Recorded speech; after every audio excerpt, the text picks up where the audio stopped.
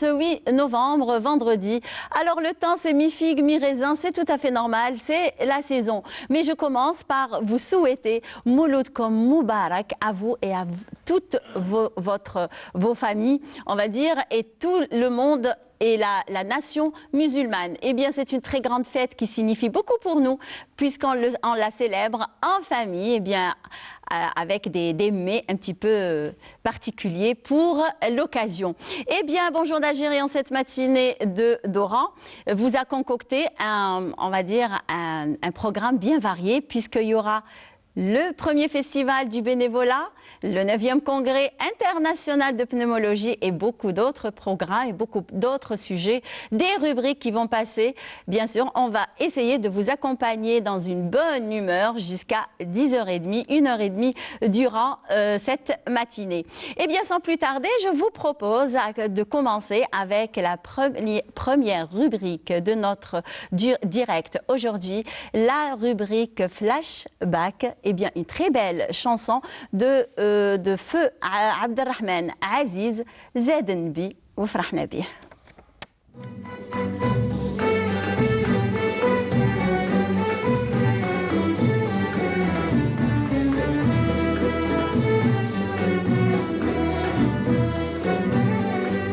زاد النبي وافرحنا به صلى الله عليه يا عاشقين رسول الله صلى الله عليه. زاد النبي وافرحنا به صلى الله عليه يا عاشقين رسول الله صلى الله عليه. صلوا على بن آمينة صلى الله عليه فارس مكة والمدينة صلى الله عليه. صلوا على بن آمينة صلى الله عليه فارس مكة والمدينة صلى الله عليه. سيد النبي يشفع فينا قلبي شيق إليه يا عاشقين رسول الله والصلاة عليه. زاد النبي وافرحنا به صلى الله عليه يا عاشقين رسول الله صلى الله عليه. يا مسلمين احتفلوا به صلى الله عليه وتبعوا ما وصانا عليه. صلى الله عليه يا مسلمين احتفلوا به صلى الله عليه وتبعوا ما وصانا عليه. صلى الله عليه. دين النبي واحنا إليه قلبي شيق إليه يا عاشقين رسول الله والصلاة عليه. زاد النبي وافرحنا به صلى الله عليه يا عاشقين رسول الله صلى الله عليه.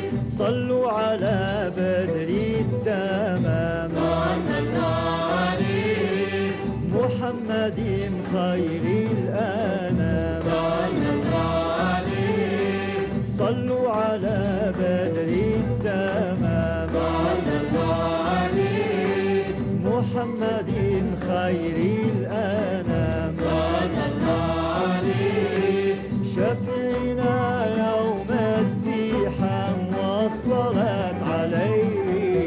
يا عاشقين رسول الله والصلاة عليه. زاد النبي وافرحنا به صلى الله عليه يا عاشقين رسول الله صلى الله عليه.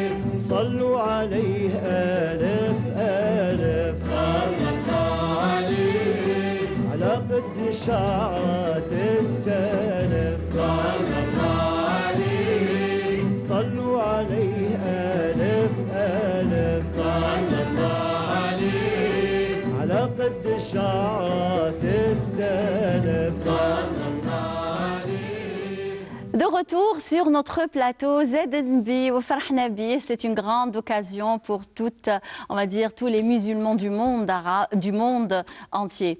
Eh bien, sans plus tarder, je vous présente notre premier plateau. C'est le 9e congrès international de pneumologie qui s'est passé entre le 6 et le 7 à l'EHU d'Oran. Eh bien, pour en parler, je partage le plateau avec le professeur Lilou Salah, chef de service pneumologie à l'EHU. Bonjour, merci d'avoir accepté notre invitation. Merci, bonjour, c'est à moi de vous remercier.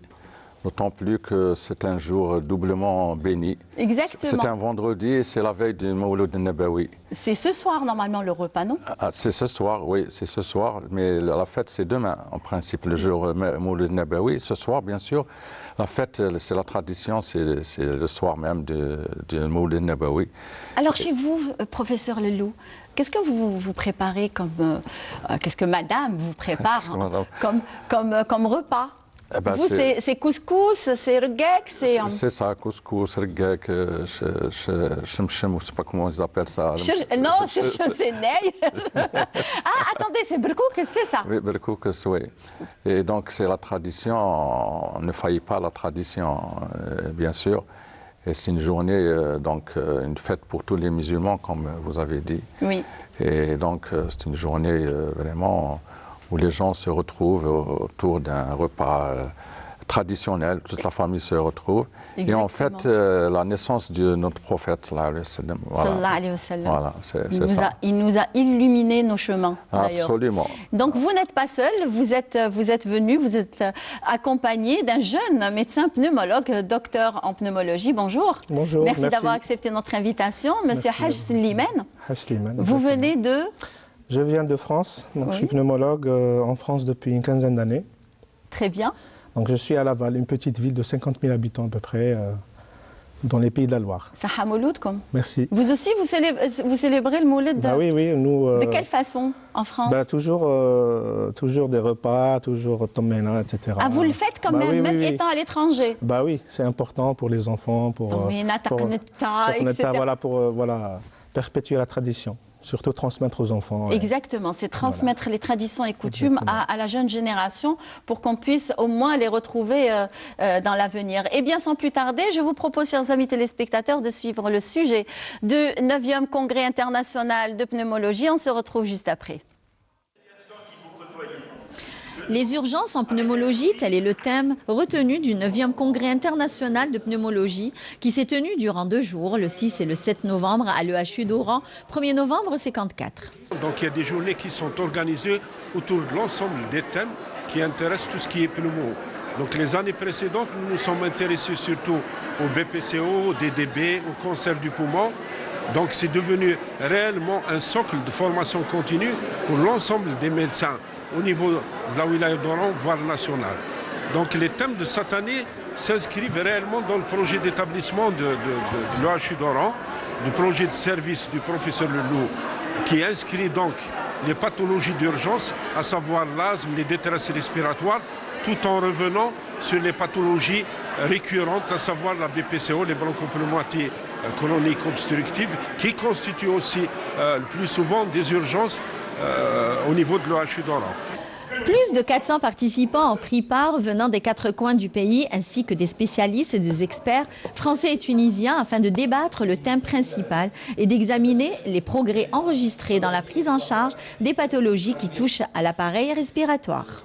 C'est un problème qui est relativement méconnu, ou en tous les cas pas assez connu d'un grand nombre de médecins, à savoir quand on fait des examens de radio, on prend des rayons. Et prendre des rayons, avec tous les rayons qu'on a en dehors des examens, est relativement important, puisque comme vous savez que les rayonnements sont très importants, naturels, cosmiques, etc. Et donc, quand on demande un scanner, par exemple, il faut quand même chercher la quantité de rayonnement qu'on va donner.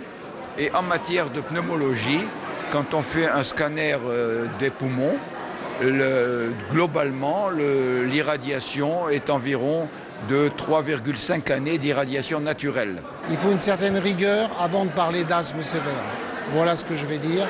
Il faut que nous, pneumologues, on soit rigoureux. On ne peut pas induire des dépenses à l'infini. Il faut réfléchir, éduquer nos malades, c'est le plus important. Savoir se prendre en charge. Dans ce service, nous sommes les seuls en Algérie à prendre en charge les allergies au venin d'hyménoptère et à prendre en charge toutes les spécificités allergologiques, notamment les produits de contraste iodé, les allergies médicamenteuses, les allergies aux anesthésiques généraux et locaux, les allergies au latex. Plusieurs communications animées par des experts spécialistes à ce congrès qui s'inscrit dans le cadre de la formation continue des médecins généralistes et des résidents en vue de leur permettre d'acquérir de nouvelles techniques et mettre à jour leurs connaissances. En marge de cette manifestation scientifique, un hommage a été rendu à deux grands scientifiques, professeur Ghezal Araj, pneumologue, et feu Dr Lahwel Abdelkader, médecin anesthésiste réanimateur, fondateur du SAMU d'Oran. Il faut que nos pneumologues soient rigoureux et bien certainement ils le sont puisqu'ils font partie du service du professeur Lellou Salah, au chef de service, je le rappelle, à l'EHU d'Oran. Eh bien, parlez-nous du programme de ce 9e congrès, monsieur professeur Lellou. Oui, Iman. Ça nous a permis, comme chaque année, on tient nos congrès, c'est des congrès internationaux où plusieurs pays participent. La France, la Tunisie, parfois le Maroc, et bien sûr tout le territoire national. Ils viennent de toutes les villes, des villes hospitalières universitaires, des villes de l'intérieur. Ça leur permet donc d'échanger des expériences, d'apprendre auprès des autres qui sont un peu plus formés que nous, et aussi eux-mêmes, ils apprennent aussi des expériences de chez nous. Le 9e congrès, il a porté sur les urgences respiratoires. Parce que c'est un thème, on va dire, problème de santé publique. Les urgences, c'est tous les jours et les urgences, c'est le miroir de l'établissement de santé. Quand les urgences marchent, l'établissement de santé marche. Donc c'est pour cela qu'on a tenu surtout les détresses respiratoires. Des fois, on ne sait même pas de quoi il s'agit. Absolument, absolument. Les détresses respiratoires, on en reçoit tous les jours. Donc le médecin qui est au front, soit le médecin résident, soit le médecin généraliste, souvent le médecin urgentiste.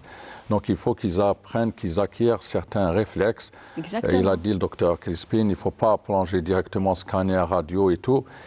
Il faut qu'il y ait déjà au départ, l'idéal, c'est le problème des urgences, c'est le problème organisationnel. Justement, si les urgences sont bien organisées, si la prise en charge est multidisciplinaire, il n'y a pas que l'urgence respiratoire, de pneumologie. Parce que des fois, un malade qui vient en détresse respiratoire, ce n'est pas évident que ce soit d'origine pulmonaire. Ça peut être cardiaque, ça peut être autre chose. Effectivement. Donc c'est pour ça, il faut aussi détecter rapidement la vraie urgence. Parce que les urgences, d'une manière générale, vous avez vu au niveau des établissements de santé, il y a un afflux de monde. Il y a le malade, il vient avec ses accompagnateurs, sa famille, etc. C'est ça. Et il y a beaucoup aussi qui viennent en même temps. Et il y a certaines urgences, de vraies urgences, qui sont diluées dans la masse. Donc le premier rôle, déjà, à l'entrée, nous, ce qu'on est en train de faire au niveau de l'établissement hospitalier universitaire 1er novembre, on a formé des gens d'accueil et d'orientation. Très bien. Soit des agents d'accueil, soit des infirmiers ou d'infirmières d'accueil et d'orientation. Déjà d'emblée, on sait que ce malade présente un problème d'urgence. On l'isole par rapport aux autres. Et d'emblée, on peut dire c'est un AVC, il a les signes d'AVC, c'est un problème d'asthme, il siffle, il a une crise sévère, donc on l'oriente vers le service des urgences respiratoires qui sont sur place. C'est quelque chose d'origine cardiaque, c'est un diabétique. Donc exactement, ça, c'est important. Parce que ça, c'est le geste, le premier geste qui compte. Une fois que le malade il est entre de bonnes mains, il est dans la spécialité qu'il faut pour sa pathologie. Il est bien pris en charge aussi. Absolument, il est bien pris en charge. Ça, c'est la première chose. Après, il faut interroger l'entourage. Après, il faut examiner, etc. L'examen clinique avant de demander beaucoup d'exploration, parce qu'il faut d'abord lever l'urgence. Exactement. Lever l'urgence. C'est une crise d'asthme. Généralement, c'est rapide. On peut la gérer. On peut la gérer, on peut traiter rapidement. Après, on va voir pourquoi il a eu cette crise, cette exacerbation, parce que peut-être qu'il ne prend pas un traitement de fond, peut-être. Exactement, le changement de temps, etc. Donc, ça joue. Si c'est une hémoptysie, ça aussi c'est important. C'est des crachats de sang qui viennent des poumons. Exactement. Là, il faut voir, il faut d'abord arrêter l'urgence. Là, il faut vraiment explorer, parce que des fois, il peut faire une TBC, alors que... Très bien, mais le premier, la priorité des priorités, traiter l'urgence, arrêter le saignement. Deuxième étape, essayer de trouver la cause. C'est tuberculeux, comme vous avez dit, ou bien c'est autre chose. Hein. Ça peut être plusieurs, c'est un cancer peut-être c'est autre chose. Hein. Peut-être un corps étranger, tranchant, on a aussi ça. Il y a beaucoup de jeunes filles en particulier qui portent le voile avec les épingles, quand ils mettent les épingles, en attendant, elles discutent, elles mettent une épingle dans la bouche, elles discutent avec quelqu'un qui rentre à l'improviste, elle avale et ça passe dans les poumons. Et là aussi, bon, il faut...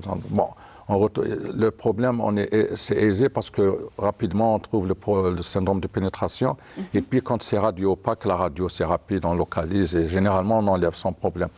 Mais là aussi, c'est un problème d'éducation. Il faut demander à faire attention de ne pas mettre l'épingle dans la bouche quand on arrange le voile, etc. Il y a aussi d'autres étiologies. Il y a ce qu'on appelle l'embolie pulmonaire. Et là, c'est parce que des fois, le malade, il vient douleur thoracique, et on ne sait pas trop, c'est une urgence. Exactement. Donc, il y a les signes cliniques, puis il y a des explorations rapides qu'on peut faire avant d'arriver à l'angioscan, et on peut sauver comme ça des malades. Donc, l'urgence, c'est un véritable problème d'accueil, d'orientation organisationnelle. C'est ça qu'on veut inculquer à nos jeunes médecins.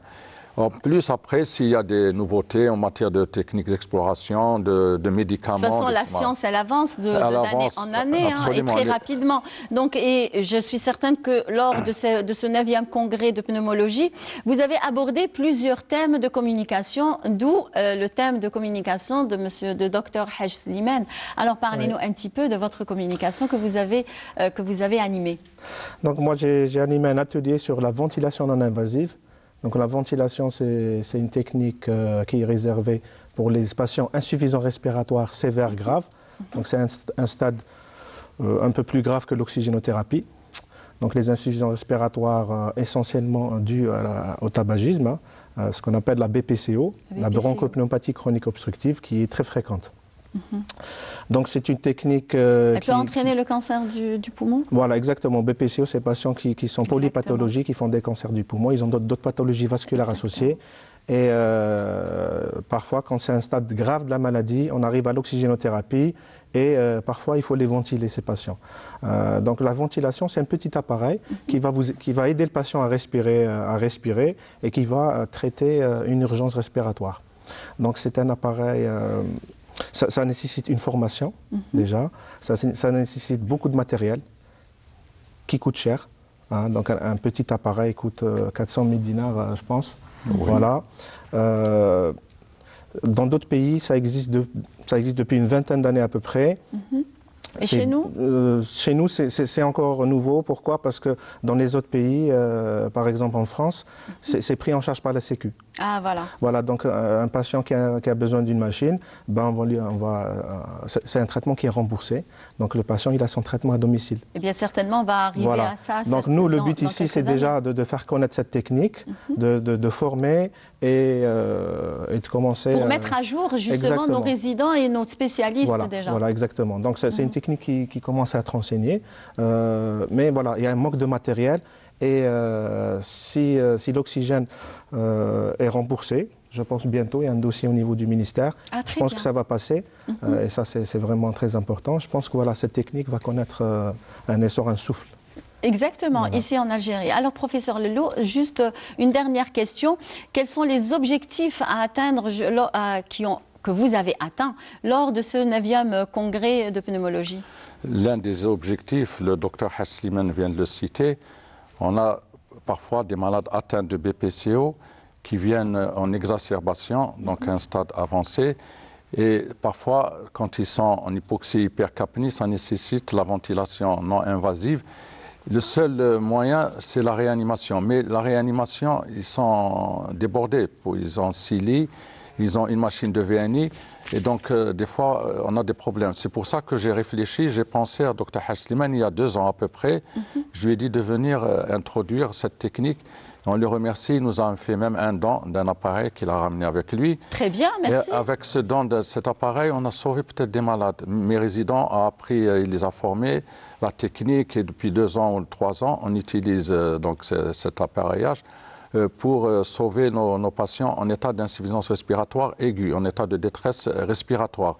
Donc il revient chaque année il revient, il forme encore d'autres résidents, il améliore la formation. Et chaque année, il vient, il ramène avec lui ces appareils, les dents. Ben voilà. Donc vous êtes le bienvenu, hein, de toutes les façons. Vous êtes le bienvenu. Voilà. Le bienvenu. Donc, eh bien, oui. Donc un des objectifs, l'atelier qui a drainé beaucoup de monde, donc il y a une formation. Très bien. Les objectifs, il n'y a pas que la BPCO, il y a d'autres urgences, donc c'est d'amener à faire connaître les nouvelles techniques, les nouvelles approches, la réaction rapide devant un malade en état de détresse respiratoire. Donc ces objectifs, je pense que chaque année, d'autant plus que maintenant... Chaque année vous arrivez à atteindre un objectif. Un objectif, donc, même si on vise 2 ou 3, si on atteint 1, c'est déjà pas mal. C'est déjà pas mal, exactement. Et en plus, on vient d'être agréé comme association Société Savante. On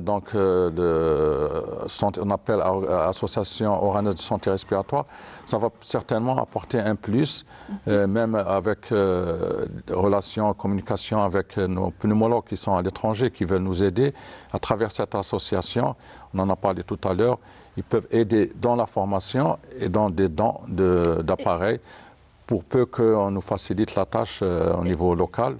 Pour qu'on puisse acquérir... Eh bien, on en aura des nouvelles sur cette association, certainement, lors du 10e congrès international de pneumologie. Alors, le sport, est-ce que vous êtes habitué à faire du sport? Non, vous n'avez pas le temps.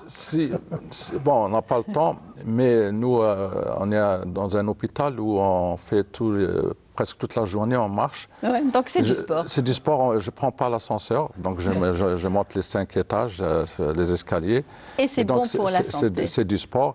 Et puis le vendredi, moi aujourd'hui je suis là, le vendredi matin on fait une petite randonnée, une petite marche. Très bien. Permet, et on ne fume pas, c'est ça qui est important, il ne faut pas fumer. Il ne faut pas fumer, voilà, à nos chers amis téléspectateurs, attention la cigarette, attention.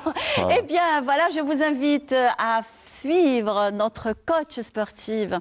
Alors c'est Zekia Belkacem qui va nous faire des mouvements de bon matin en plein air. Je vous laisse avec Zekia Belkacem. Bonjour, je suis votre coach sportif. Aujourd'hui, au programme, on va faire des exercices en plein air. On va faire du cardio, un peu de renforcement musculaire et des étirements. Voilà. On commence par un step touch.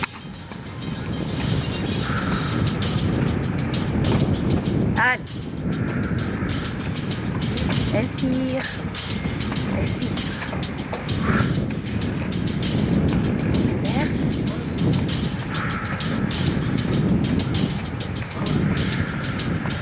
Encore.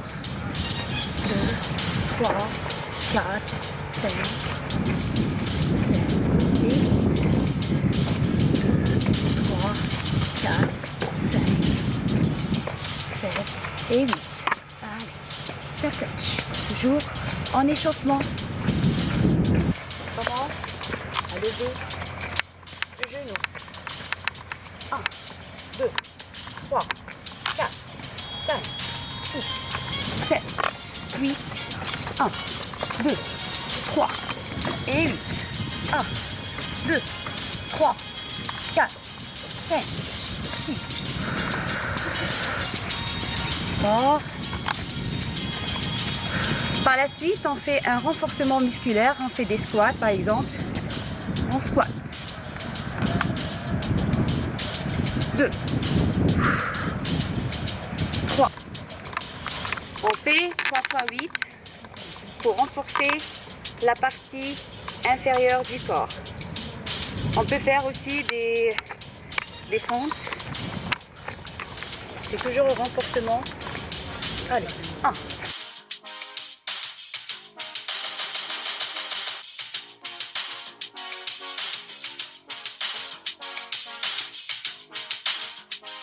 Alors on choisit un arbre et on peut faire travailler la partie supérieure du corps. Par exemple, cet exercice-là. Voilà, dos tout droit. Et on travaille. 1, 2, 3, 6, 7 et 8. Comme on peut travailler avec un arbre aussi, on peut travailler les jambes, les pieds. 1, 2, 3, 4, 5, 6, 7 et 8. Voilà. On peut aussi faire du gainage. Voilà. Alors le gainage, on peut faire ça. Comment on peut faire ça? Ça, c'est un gainage. On tire, on tire, on tire, on tire.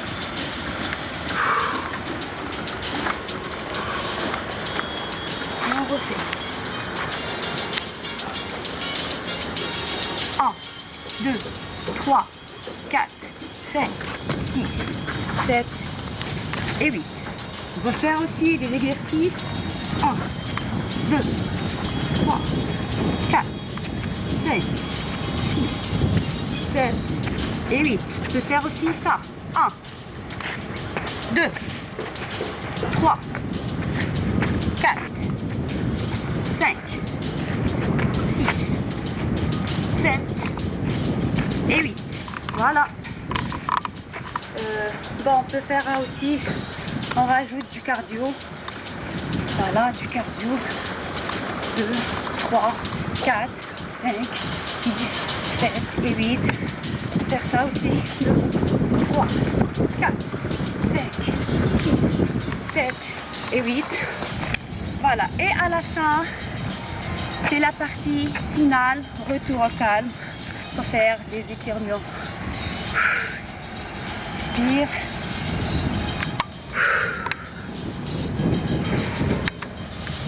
On s'étire. On s'étire.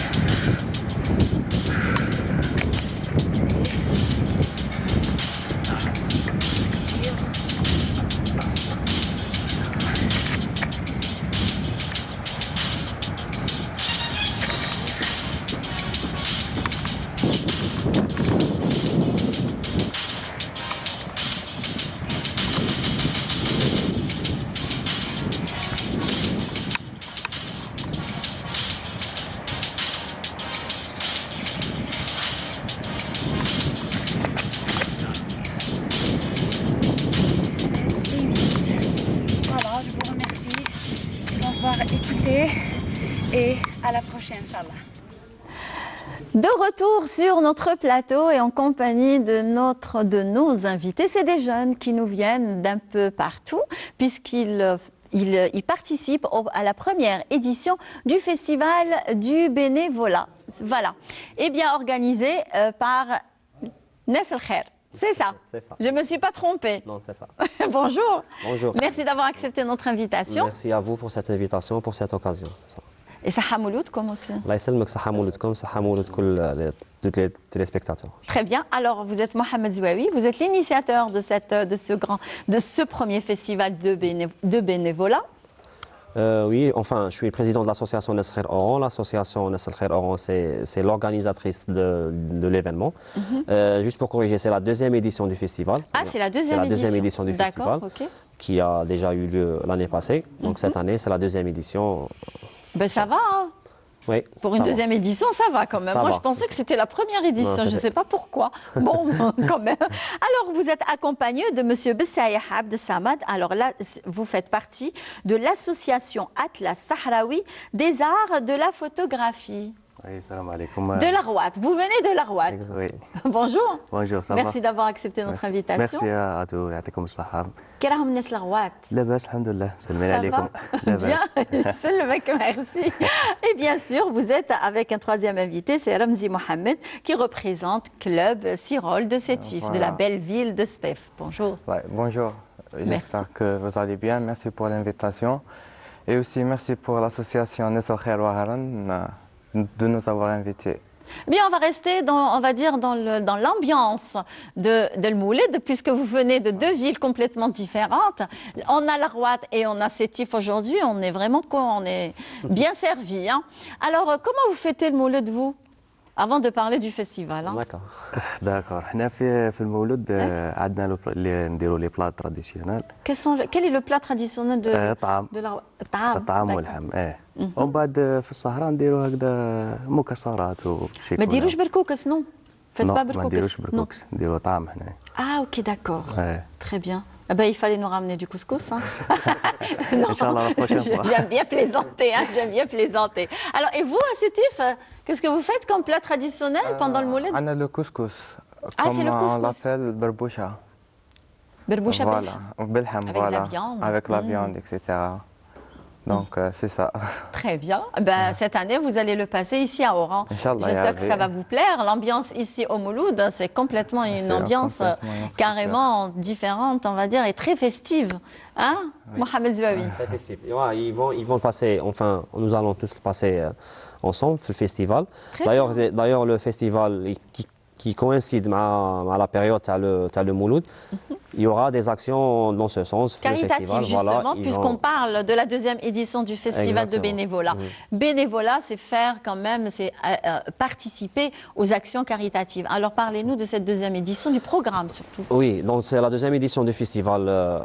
Elle a pour thème la professionnalisation du bénévolat. Donc au sein de l'association Nasser Oran, nous avons pensé, ou nous avons vu que le monde bénévole, le monde associatif, évolué. Il a pris vraiment de l'ampleur. A pris vraiment de l'ampleur au niveau national, au niveau local à Oran et au niveau national. Donc les associations, les clubs bénévoles, les groupes de bénévoles ont vraiment un besoin de passer vers le professionnalisme pour arriver à des projets bénévoles, projets associatifs de qualité, avec un impact plus important que les impacts précédents. Donc cette année, le thème choisi, c'est exactement le bénévolat, de la spontanéité au professionnalisme. C'est-à-dire tout en gardant l'aspect spontané du monde bénévole, l'aspect familier, l'aspect contact avec les gens et tout, mais on doit passer vers une professionnalisation du monde associatif, du monde bénévole, pour avoir un plus grand impact dans la société. Il y a combien de participants? Ils viennent de quelle ville déjà? Cette année, nous avons à peu près une trentaine de participants, 27. Pour être direct, de différentes wilayas d'Algérie. Nous avons Sétif, Betna, Tizi Ouzou, Bjeya, Taman Rasset, Adrar, un peu partout, Tieret, Rilizan, un peu partout, dans toutes les régions. Même dans le choix des participants, on essaie vraiment d'avoir une pluriculture, d'avoir des participants de différentes régions du pays. Pour arriver à l'échange souhaité. Pour avoir une idée de ce qui se passe dans le milieu associatif et bénévole aussi dans les autres villes de l'Algérie. Voilà. Alors parlez-nous un petit peu, alors je vais y aller directement vers Sétif. Comme on dit, entre l'Arwat, Sétif, mon cœur balance là, franchement. Alors Sétif, vous représentez l'association Sirol. Voilà. Alors c'est une association qui... C'est une association culturelle. Qui a des projets culturels comme la photographie, la technologie, tout ce qui est technologie, tout ce qui est start-up, tout ce qui est développement personnel. Mais aussi, on fait des bénévolats, comme on dit, نديروا الخير في les événements comme le Moulid, l'Aïd, etc. Donc vous êtes toute l'année, vous êtes en train de travailler sur ce terrain. On travaille. Donc certainement, on est en train de voir les images de Nas El Khair, je pense. C'est ça? Voilà. Exactement. Nous sommes en train de voir les images des actions de Nas El Khair. On n'oublie pas, on va dire, l'organisateur de ce festival, celui qui vous a réunis, justement. Alors, quelles sont les activités de Sirol? On forme des jeunes en photographie, généralement. Tout ce qui est logiciel aussi. Comme Photoshop, etc. Aussi, on Donc fait vous des organisez des formations. Voilà. Mais aussi des événements comme le Moulid pour les orphelins. On fait la collecte des vêtements. Ah, c'est bien. Donc On fait plusieurs projets. Vous êtes plusieurs dans l'association? Oui, on est plusieurs, on est une vingtaine. Ah, très bien. Donc chacun prend. Voilà, chacun a sa tâche, et... etc. D'accord, ça c'est à Sétif. Et la Rouate? La Rouate, vous faites partie justement, vous représentez l'association Atlas Sahraoui des arts de la photographie. فوالا احنا جمعية أطلس الصحراوي نهتموا عندنا شغل دو تيب تاع لي بروجي. عندنا المشاريع الثقافية والمشاريع الاجتماعية. باغ اكزومبل المشاريع الثقافية نديروا دي فورماسيون هكذا في لا فوتوغرافي، دي فورماسيون في لونغاجمون اسوسياتيف. وفي الثقافية نهتموا Donc vous participez au festival concernant la photographie, etc. Il y a un festival d'ailleurs qui est organisé ici à Oran. Je pense que vous participez à ce festival, je crois. Les rencontres photographiques. Si ma mémoire est bonne, je crois que cette association est déjà venue à Oran. Les rencontres de la photographie. Exactement, exactement, pour le festival de la photographie. Voilà, nous participons les salons, les festivals photographiques, les associations نتاع Oran. نديروا هكذا des rencontres photographiques وكاع. وعندنا ثاني لي بروجي نتاعنا في الغوات اللي نديروهم سبيسيالمون لا فيل تاع الغوات كيما البروجي تاع الغوات زينه وين درنا هكذا عاودنا رممنا الاحياء القديمه تاع الغوات للباتريمون مع الناس تاع هذيك المنطقه. Donc, et vous prenez beaucoup de photos apparemment. Oui, bien sûr. Oui. Alors, quelle est la plus belle photo que vous avez prise jusqu'à maintenant? Pour moi? Oui. Bah oui. Je sais pas. Toutes vos photos sont belles. C'est ça? D'accord. Donc, on arrive à la fin de notre petite rencontre. J'espère longue vie au festival. Et bon courage aux bénévoles qui font quand même, qui font un beau travail sur le terrain. Merci. Merci à Anas El Khair de nous avoir ramené nos invités et organisé ce festival qui a regroupé beaucoup de jeunes qui viennent partout d'Algérie. Un dernier mot? Un dernier mot, comme je l'ai dit hier à la cérémonie d'ouverture du festival, avant que ça soit une rencontre associative ou une rencontre, c'est une rencontre humaine. Exactement. Qui regroupe des jeunes, la vraie richesse, qui regroupe la vraie richesse de notre pays, qui est la jeunesse. Donc c'est un événement qui nous tient vraiment à cœur parce que la quantité du partage et de l'échange qu'on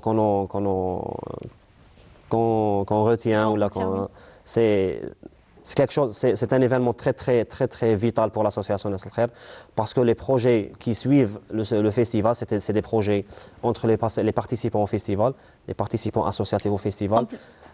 Après chaque festival organisé chaque année, il y a des projets communs entre les participants. Donc c'est quelque chose qui nous tient à cœur. C'est du partage, c'est de l'amour, voilà. Très bien, merci. Merci d'avoir accepté notre invitation. Merci. Alors, vous aimez le poisson? Officiel. Moi j'adore en tout cas. Officiellement. Au four. Comme ça. Il a envie d'en manger lui. Eh bien, je vous invite à suivre avec nous, nos chers amis téléspectateurs, le sujet sur la 8e édition du Salon international de la pêche et de l'aquaculture. Et on se retrouve juste après. La pêche et l'aquaculture, moteur de développement durable de l'économie bleue en Algérie. Tel est le slogan de la 8e édition du Salon international de la pêche et de l'aquaculture qui s'est tenu au centre des conventions d'Oran, Ahmed Ben Hamed, 3 jours durant, du 6 au 9 novembre. 27 entreprises étrangères de 11 nationalités avec l'invité d'honneur, l'Égypte. En ce qui concerne les pays, on a les 11 pays, on a la France, l'Égypte, l'Espagne, l'Italie, la Corée, la Chine. Donc il y a pas mal de pays, la Grèce. Les objectifs de ce salon, c'est bien sûr, premièrement, c'est les objectifs économiques. Et deuxièmement, c'est la promotion à l'activité de la pêche et de l'aquaculture et à la stratégie du secteur qui a pour objectif essentiel, c'est la préservation de la ressource naturelle. Et en deuxième lieu, c'est le dédoublement de la production qui est actuellement à 100 000, en moyenne elle est de 100 000. Nous, cette société ADAC Italie fournit du matériel pour l'aquaculture offshore. c'est-à-dire l'élevage en mer ouverte. Tout ce qui est cage flottante, accessoires, bateaux, etc. Mais prochainement, il y aura une espèce de partenariat entre l'entreprise italienne et une autre entreprise algérienne. Nous sommes une compagnie du nord-ouest de l'Espagne et nous faisons des installations et nous commercialisons du matériel pour la pêche, chaînes, câbles, accessoires en inox à notre résistance. Notre objectif de venir ici, c'est pour faire un peu de contact oui, et contacter avec les personnes qui sont intéressés dans nos projets et dans nos produits. Organisé par le ministère de l'Agriculture, du Développement rural et de la Pêche, un événement économique incontournable du secteur de la pêche et de l'aquaculture, le CIPA permet l'émergence d'une véritable dynamique de l'investissement productif dans les filières de la pêche et de l'aquaculture à travers la participation des professionnels, et plusieurs pays étrangers ont pris part à cette édition, dont l'Égypte, pays à l'honneur. On fait la conserverie de thon et de la sardine. Pour bientôt, on va y avoir d'autres produits sur le marché, comme calamar ou d'autres produits qui seront vraiment intéressants pour le marché.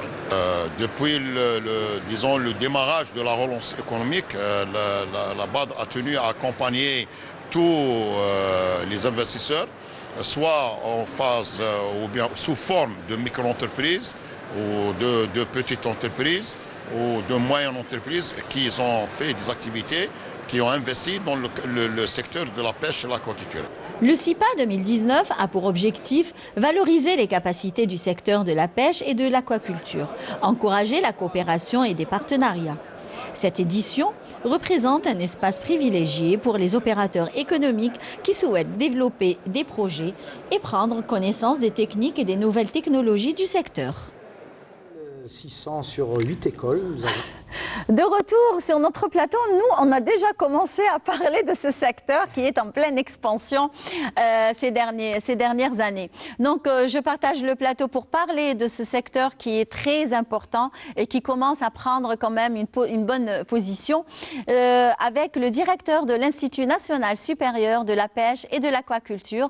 C'est Monsieur Aez Medj. Le directeur de l'Institut. Le directeur de l'Institut. Oui, de l'Institut national. Parce que le DG. Ah non, j'ai dit le directeur de l'Institut national supérieur de pêche et d'aquaculture et de l'aquaculture d'Alger. D'Alger, oui. Bonjour. Bonjour. Monsieur Aez Medj. Oui. Merci d'avoir accepté notre invitation. Oui, le plaisir est partagé et en même temps, je vais vous donner toutes les informations. Alors, avant de commencer de parler de l'Institut, des formations, de la pêche, de l'aquaculture et ainsi de suite, les conditions et les critères d'accéder à l'Institut, donc je vais vous poser la simple question, c'est que vous avez été capitaine.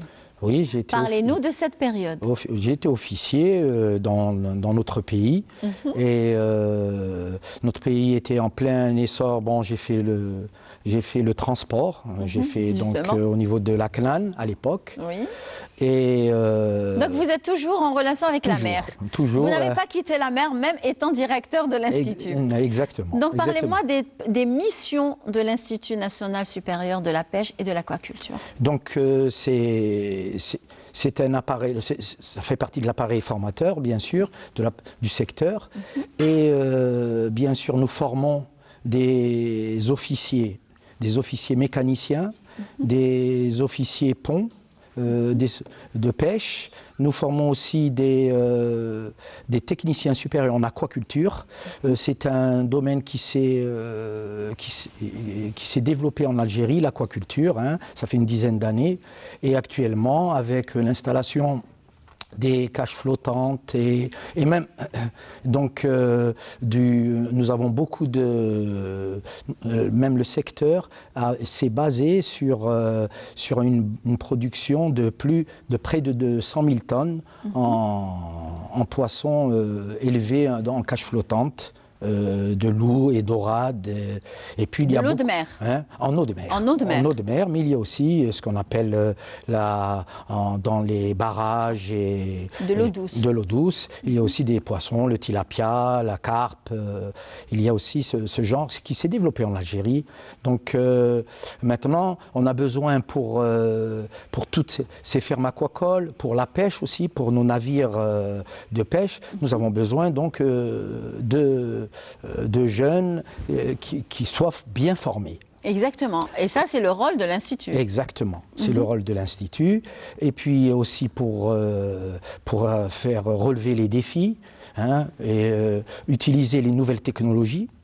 N'oubliez pas que nous sommes au début du XXIe siècle. Exactement. Et que maintenant la pêche, nous n'allons plus faire une pêche côtière, il va falloir aller au large et pêcher au large.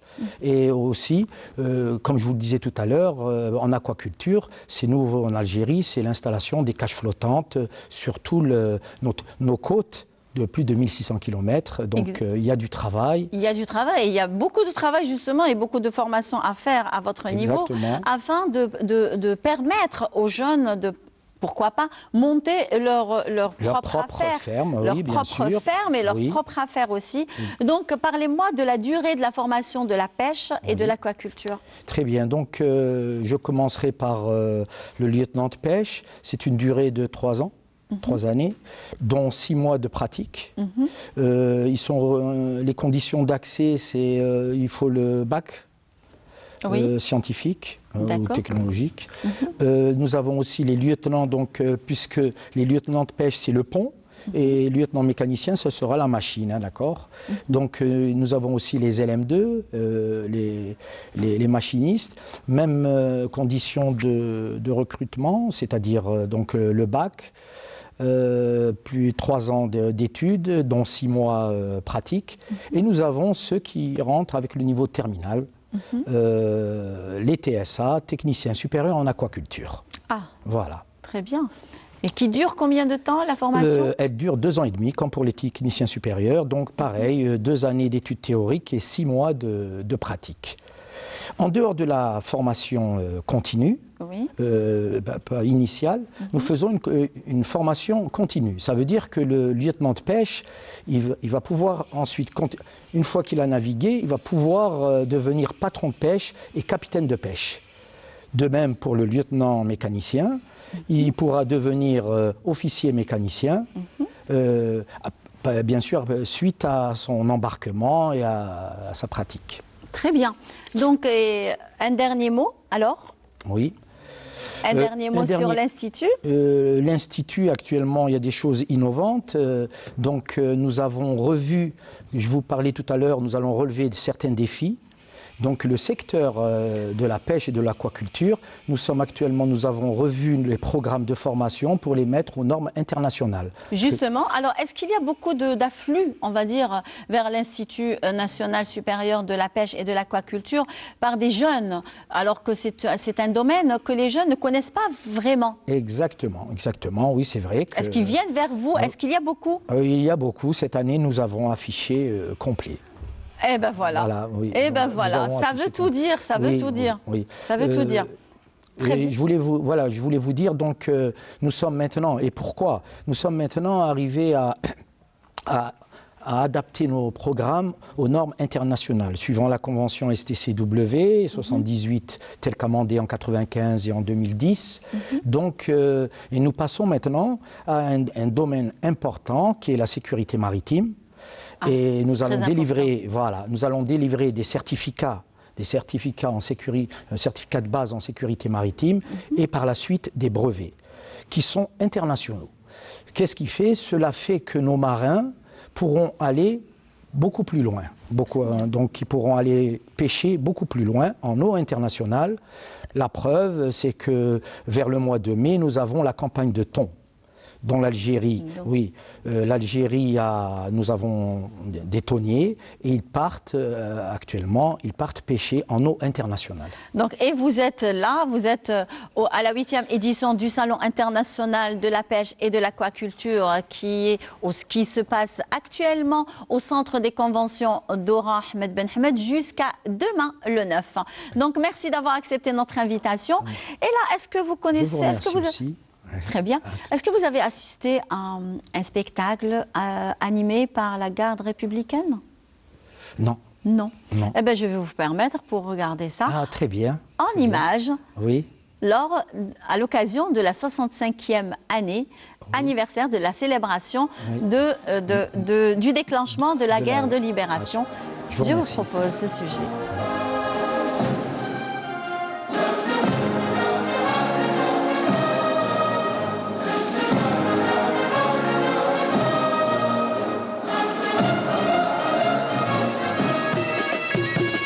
Sous la houlette des maestros algériens Abdelrahman Ermad et russes Konstantin Petrovitch et Sergei Sakov, que l'orchestre d'harmonie de la garde républicaine algérienne et l'orchestre de l'armée russe ont exécuté les hymnes nationaux algériens et russes dans le cadre de la célébration du 65e anniversaire du déclenchement de la guerre de libération, et ce le 3 novembre 2019 au Centre des conventions d'Oran.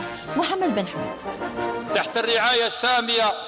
للسيد الفريق نائب وزير الدفاع الوطني رئيس أركان الجيش الوطني الشعبي، وإحياء للذكرى 65 لاندلاع الثورة التحريرية المباركة، أود التعبير عن مدى شرفنا باستقبالكم اليوم بالناحية العسكرية الثانية، وسعادتنا بتواجدكم بيننا في هذا الحفل البهيج الذي نريده فرصة لتوطيد العلاقات وتعزيزها أكثر مع شركائنا وأصدقائنا من جمهورية روسيا.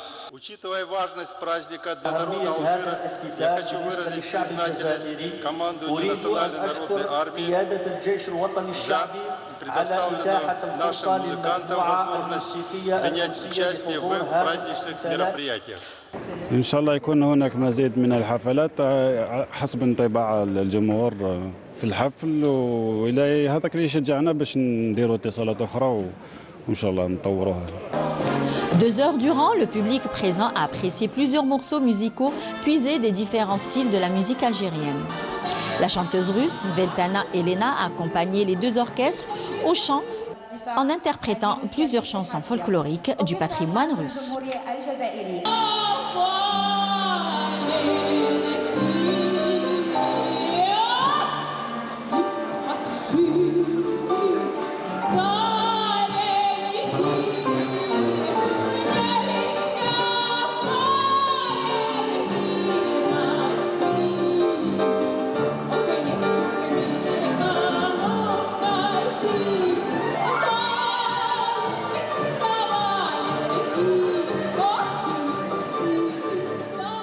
La soirée elle a été très bien organisée, ça nous a permis de découvrir la culture russe et surtout la musique russe. Et ça nous a permis aussi de voir les liens que l'Algérie entrepose avec la Russie. Et franchement, ça fait plaisir. L'événement était très important parce que c'était l'anniversaire le 65e anniversaire de la guerre de l'indépendance d'Algérie. C'était bien. Ce grand concert a été marqué par l'interprétation de plusieurs chants nationaux algériens et russes, entonnés par les 2 troupes.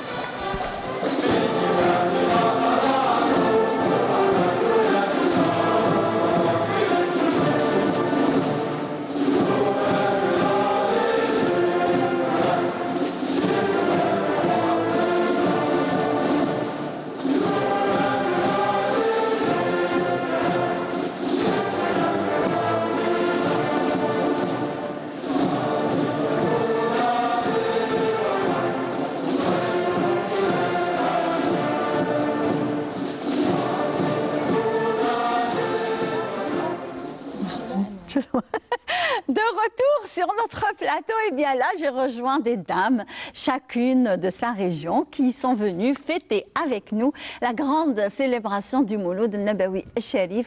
Donc, je vous dis encore une fois, Saha Mouloudkom, Kul Am Antum Bkhair. On va le célébrer en famille. Et bien, ici aussi, on est en famille, hein, mesdames.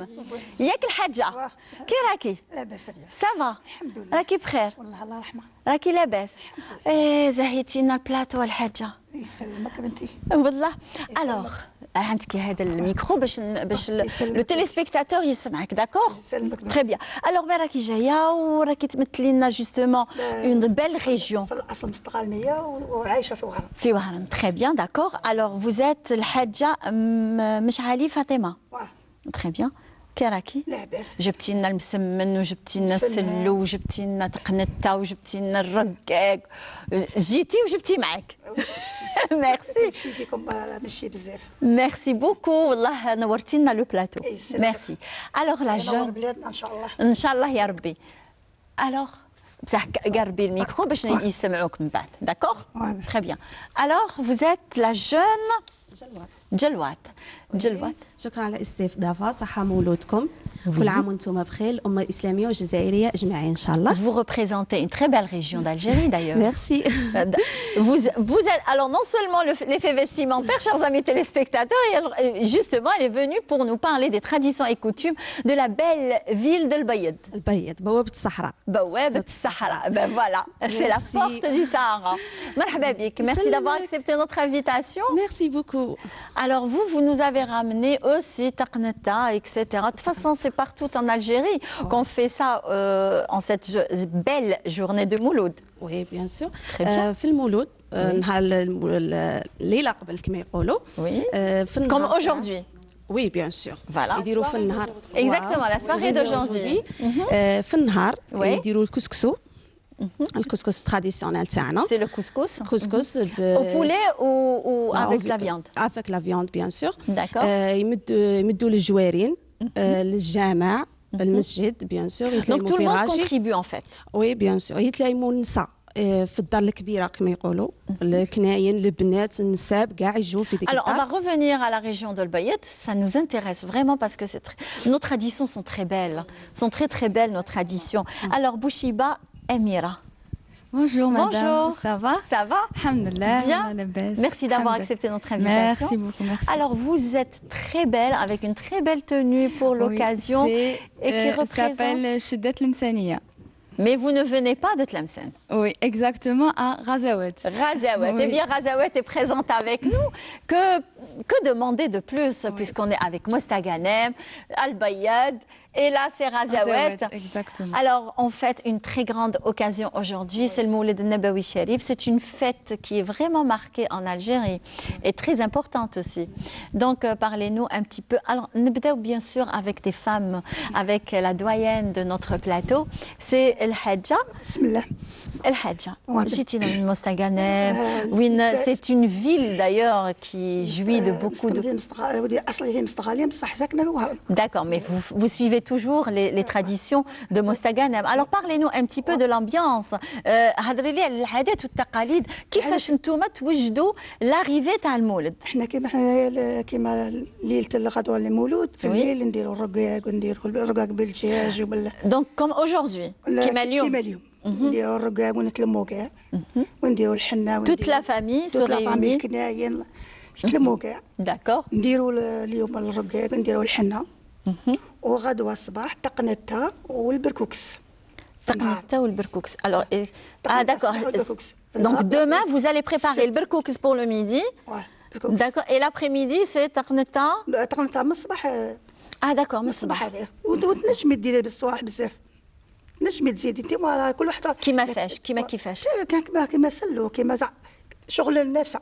تاع الزياده نشتغل على القصعه تاع كيما نديروا القصعه تاع الزياده كيما نديروا القصعه تاع الزياده نوجدوا المولود. D'accord, très bien. Donc et là vous nous avez ramené مسمن bien sûr. هذا مسمن وهذيك سلو وكاين الرقاق وكاين تقنته تاع السميد.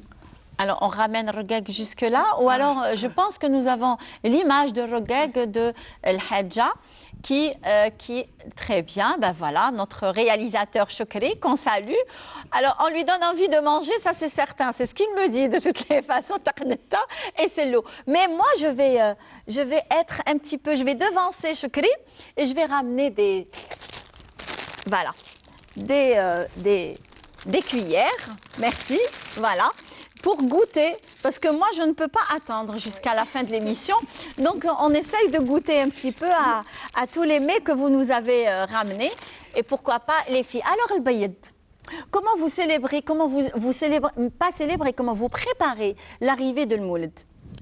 Premièrement, في النهار يديروا الكسكسو باللحم ويديروا الجمعة كما اليوم باغ اكزومبل ويتلايموا فيها كاع الناس.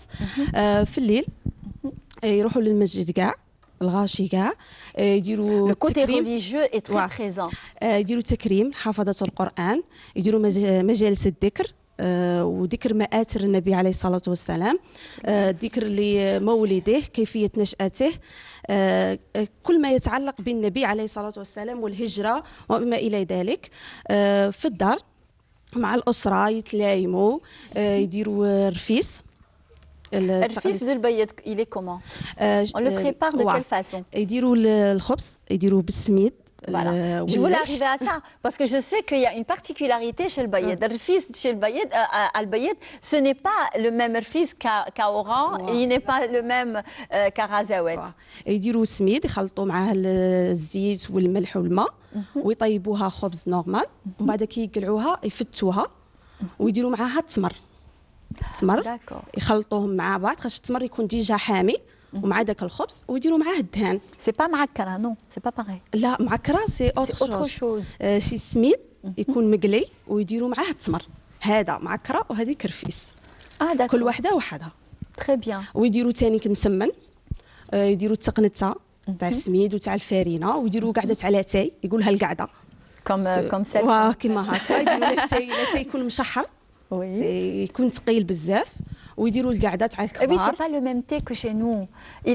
Déjà même la couleur du thé du Sahara, c'est pas foncé. Exactement, يجي ثقيل على لاتاي تاع هنا وهران وكاع، ويديروا القعده الكبار بالصغار بكاع الناس، ومن بعد يلبسوا التيني تراديسيونيل تاعهم. Comme vous la faites, comme vous la portez. كيما هذا باسكو الاصلي يسموها خياطه الشرق، سي الاصليه. Ah là, vous êtes en train de m'ouvrir une parenthèse. Alors là, alors خياطة الشرق الأصلية تاع البيض تجي الأولى تجي بيضة وتجي فوقها كل فينة. داكور. فينة وتجي محلولة هنا وتجي هنا محلولة. هذه القديمة تاع البيض. Ça doit être très joli de toutes les façons. Ça doit être très joli parce que وتجي فيها حزام، حزام يجي بريسك كيما هكا ويجي هنا هذا حزام تاعها. En argent. هذه سي القديمه تاع البيض. درك تحولت ولاو تغيرات كاع ولاو يديروا لي كولور. ميم العروسه ils ont modernisé la tenue. وتبدلت صافي ما كانتش كما بكري بصح مازال محافظين على هذاك التراث تاعنا القديم. Alors est-ce que dans votre région vous avez toujours gardé la tradition vous vous réveillez à 4 heures du matin à l'heure de la naissance du prophète? بوتيتر ماشي بزاف، ماشي كما كانوا بكري الواله كما نقولوا حنا، بصح كنقولوا راحت شي صوالح، بصح بقاو كنقولوا الحافظين على التراث القديم، مازالوا محافظين شويه على ذاك التراث من جدودنا القدامى، زعما ما بقاتش هذيك تاع بكري بصح قعدت شويه كما نقولوا حنايا. D'accord. Alors je reviens vers الحاجة الميكرو. الحاجة انتم في مصر غاليم اسكو مازلتوا شادين في العادات والتقاليد تنوضوا 3:30 مع الفجر باسكو سي لور دو لا نيسونس دو بروفيت؟ اسكو فو لافي غاردي؟ مازلتوا دايرينها؟ نوضوا بكري نديروا صباحنا بكري صلاة الفجر ما كاش اللي تنوض دير المواتم السمان ولا دير حاجة ولا ومازلنا نتلموا والخكور مازلتوا تزغرتوا 3 heures du matin. الصباح قبل الفجر. exactement à l'heure de la naissance du prophète. قبل الفجر نزغرت الأذان الأول. d'accord. قبل الصلاة. نأذنوا ونميز النبي. أيوا ونتلموا صافي نتلموا زعما مازالت احنا عندنا ذاك الكرم كيما هكا نلموا العائلة ناكلوا كاع مع بعض. ماشي كيما هنا وهرنا شوية. Non, chez nous aussi. Hein. شوية زعما je parle de... ما بقاش كيما تاع بكري. Oui, ça c'est vrai. Chacun a sa maison, chacun a sa petite vie. Mais je pense que pendant ces fêtes religieuses, on est très soudés. On se réunit en famille, on est tous ensemble, on célèbre avec les plats traditionnels qu'on se partage, avec le henné, avec les bougies par exemple. Eh ben, on va allumer les bougies, hein, pourquoi pas. Voilà, j'espère qu'un des garçons a, ben voilà, notre caméraman a un briquet. Alors, allez hop, merci, en plein dans le mille. Alors, je vais allumer les bougies aussi. Donc, on a toujours cette ambiance familiale. Alors, ici à Oran, nous,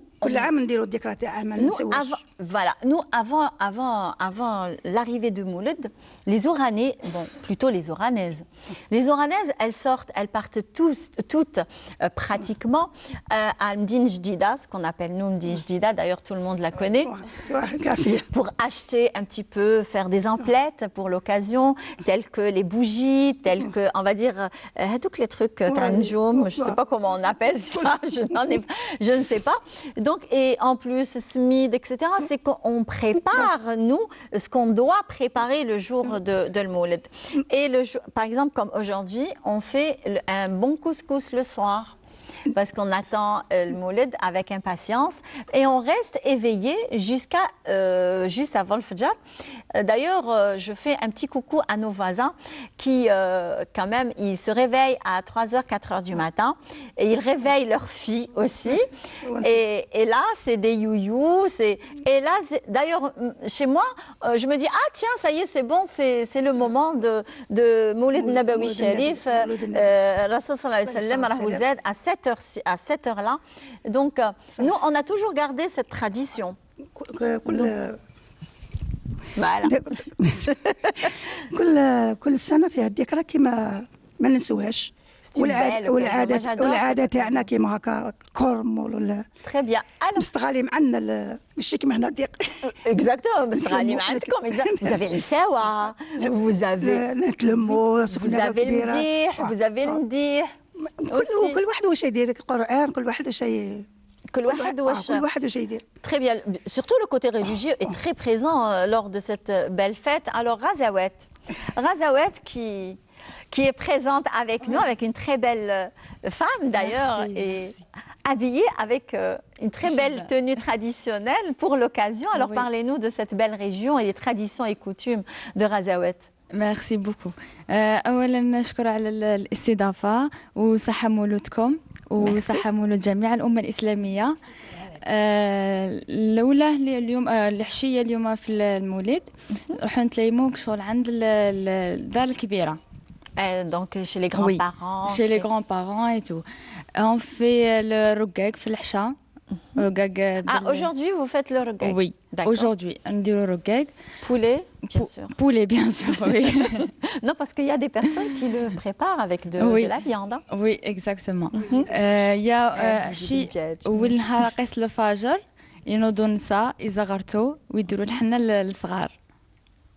Voilà. Oui. C'est à peu près comme à Oran.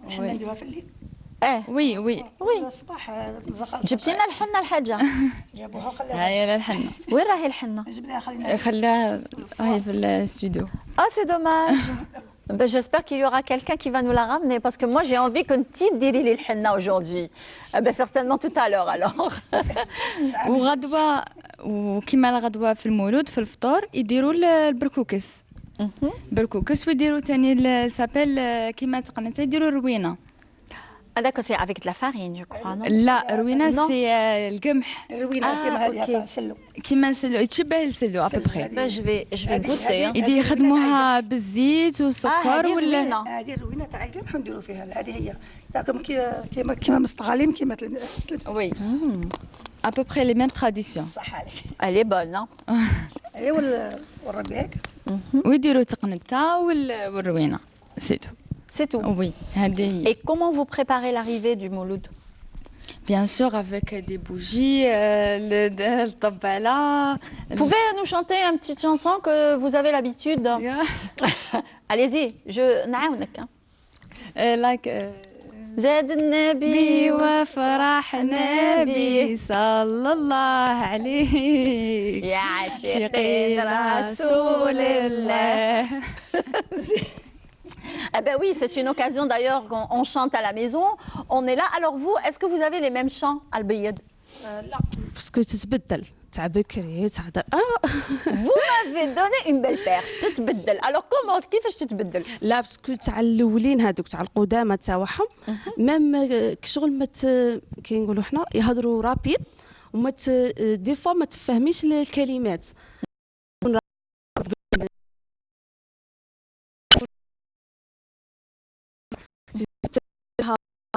برزي الكلمات تاعها دوك لا باسكو ما قعدتش كاع تبدلت بزاف.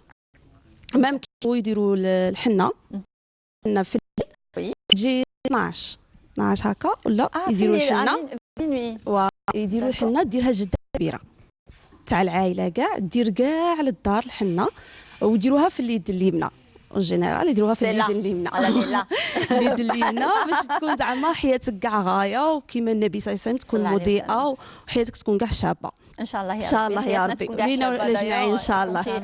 كو سوسوا غزوات البيض مستغانم. جبتي لنا البركه معك الحاجه.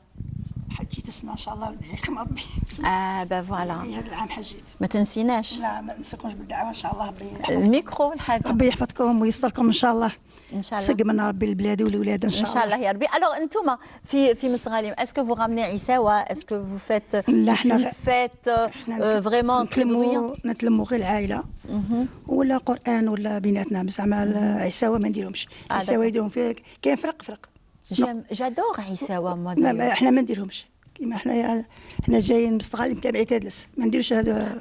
داكور اوكي جايين على خارجين ان بتي ما نديرش هذوك. D'accord, très bien. Donc, merci. Tout à l'heure, on va déguster. جيب الشوف الرقاق شوفي كي داير. Elle insiste pour qu'on montre son reggae. Désolée, Choukri, mais il faudrait qu'on lui ramène le reggae pour ne pas la décevoir. Pour ne pas la décevoir. Avec Takneta de Smil. Alors, très bien. Eh ben, non, معليش. Ok. Donc, je ramène le reggae تاع الحاجة. C'est ça. هذا هو. Très bien. فوالا ها الرقاق تاع الحاجه. فوالا خليتي لنا التليفون راه يصير راهم يشوفوا فيك ابارامون. تري بيان. الوغ الحاجه سي بون تري بيان.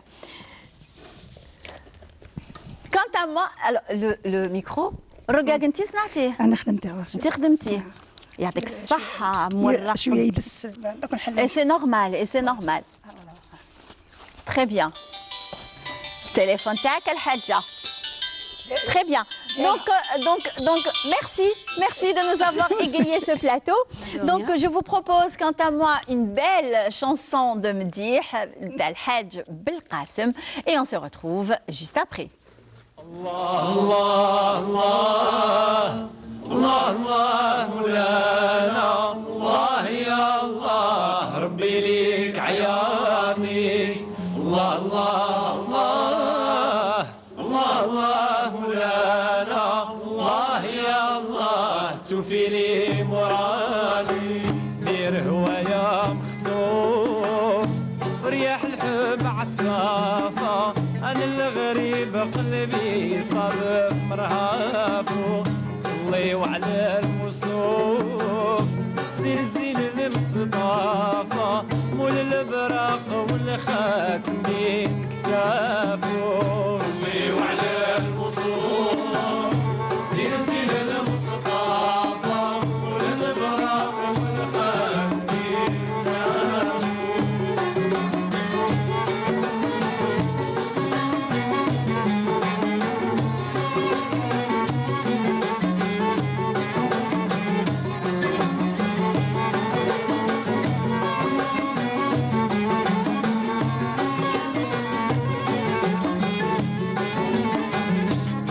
كيف نروف للغزوة والرافة وصل كل غادي يهدم قدافو قاصد راغب معروف زحمة وتوافى إلى وطن مكة يبرد شغل صافو صليوا على المصطفى زين سيدنا مصطفى وللبراق والخاتمين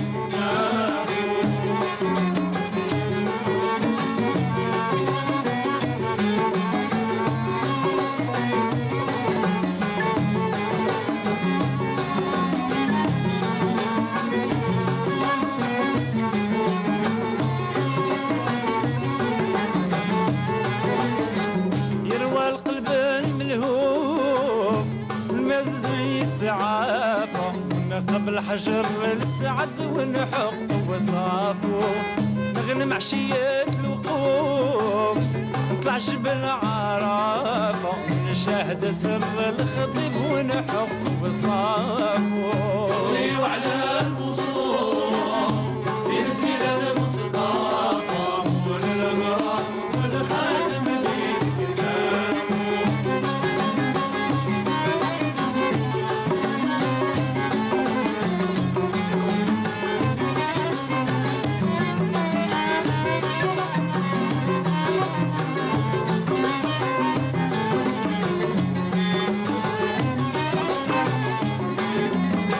جملات بسط الكفوف وطلب الخير توافى مع الركاب يسعد أهله ولافو وطيبة حق نحوف بلغ جد الشرافة نمتع النذر ونحقق وصافو صليوا على المصطفى سير سيدنا مصطفى وللمرام والخاتم صليوا على المصطفى زين سيدنا مصطفى وللمرام والخاتم الله الله مولانا الله الله الله مولانا الله الله مولانا الله الله مولانا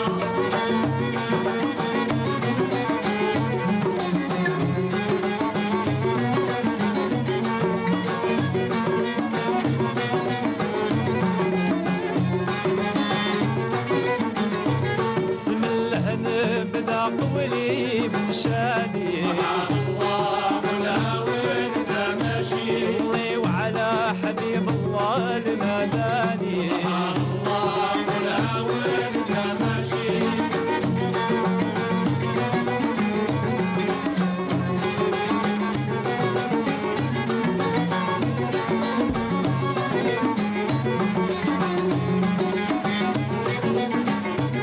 وحمد تاج الانبياء القريشي الله ولا وين ماشي يا رب الحق يا من لا تنساني الله ولا وين ماشي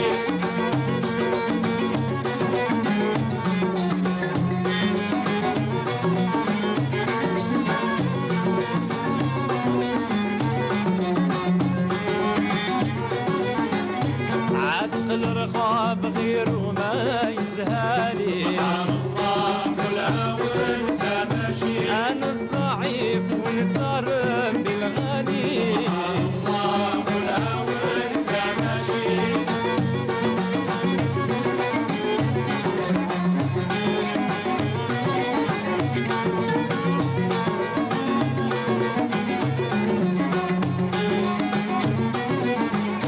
وارحمنا يا